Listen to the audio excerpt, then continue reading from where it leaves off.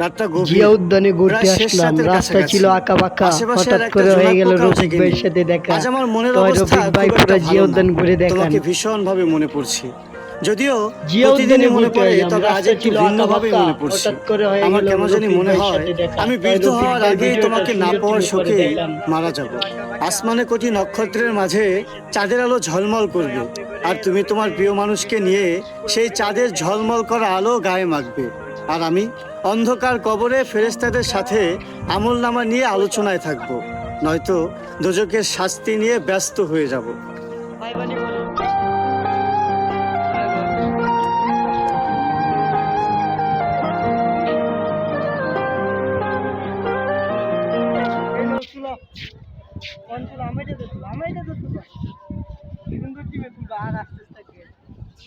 আস্তে আস্তে বেটে